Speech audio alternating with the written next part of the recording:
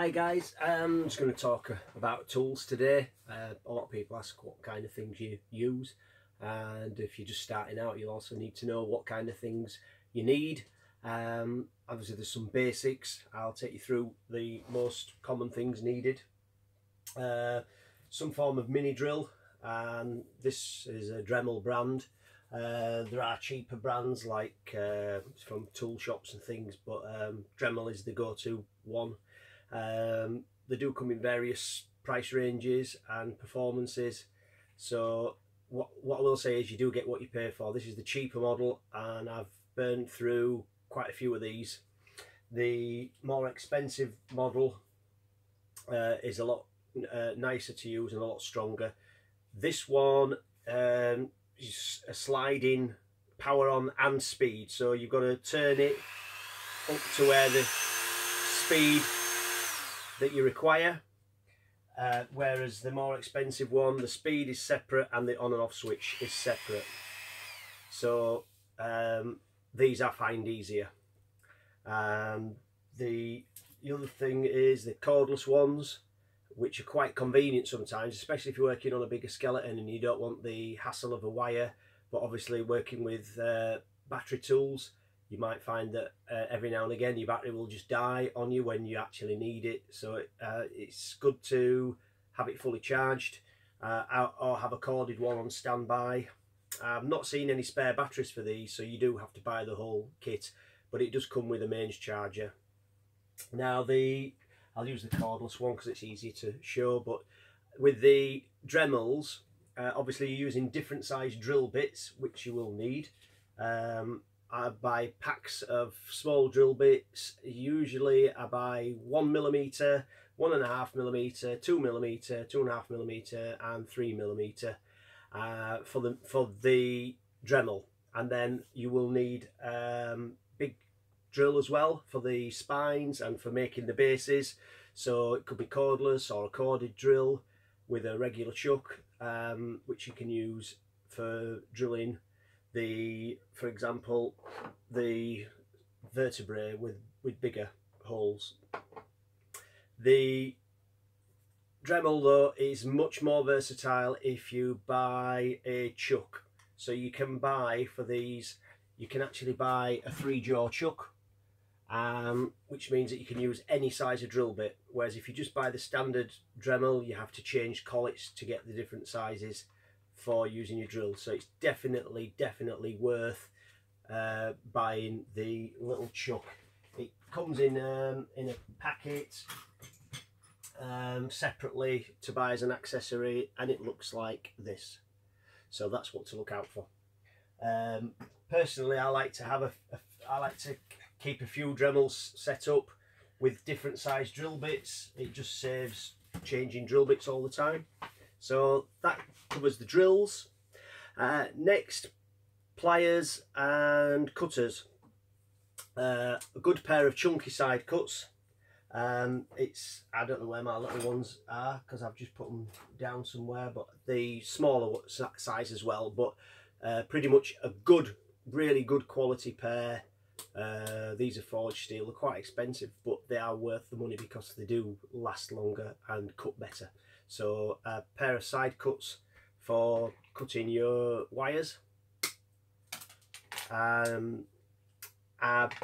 Pliers, so maybe a pair of needle nose, which are a bit more convenient. You can get in to make bends and twists closer to your work with the needle pliers. So needle nose pliers. If you can't afford both, obviously you can cut with pliers as well. Not as good, but these are old pliers that don't cut so good. So you could get away with a pair of pliers and use those as cutters as well, but it is better to get cutters because you can actually get right in to the edge of your work with those. So cutters. On the plier side of things, the jewellery pliers for making the little turnbuckles, which I use for fixing quite a few things. So these are like a jewellery plier which you use for making the little turns.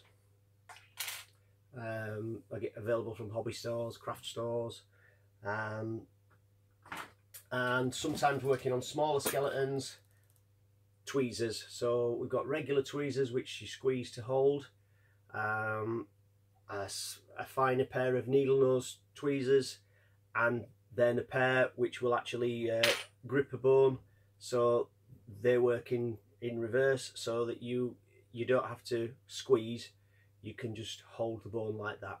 If you are working with pliers, be careful. Small bones, if you squeeze in, they can ping out, and they're quite hard to find if they do go pinging off in a different direction.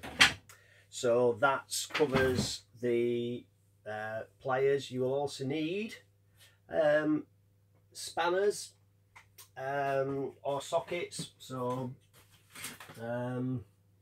regular socket set for tightening your nuts on your bars for mounting things, and a good pair of mole grips is good for holding the wire for the thread bar when you're tightening the nuts down. It stops those rotating.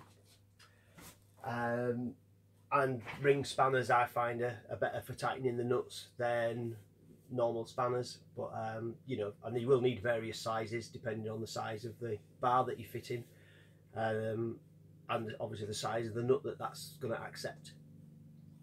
You will need, for cutting your bigger bars, for your spines, for your steel and for your thread bar, and for your steel tubes, you'll need a hacksaw. You can use as well, if you've got your Dremel, you usually get a kit with these which usually consists of a cutting wheel as well, so you can use the cutting wheel in there, or a hacksaw. So those are handy tools that you'll need. A small hammer, that's quite big, but you can get a smaller one, but that's just for tapping pins home, gently tapping pins home. So that's another tool. Another handy tool to have is a set square for when you're making your bases, so you can mark your bases square, cut your timber square. So a square, and obviously some form of saw, could be a hand saw, a jigsaw, and that's for the base making side of things. Other tools which I've got here, you may use hot glue gun. I've already explained that I only use the hot glue for your fixing hooves, and that's about the only job, but obviously to apply hot glue you will need a hot glue gun. And I think that is about it really. So yeah, that's the tools required, and if you want to build up, you don't need to go out and buy them all at once. If you're thinking of starting this as a hobby, you could get away with the bare minimum, but a drill is an essential tool, and pliers for cutting your wire and bending your wire, and then that's it from the tools side of things. And then obviously your glues, and you will need a skeleton to build. Right guys, I hope you found that helpful. Don't forget to subscribe, like, comment if you feel free, turn on your bell notifications, and we'll catch you soon, hopefully with another build.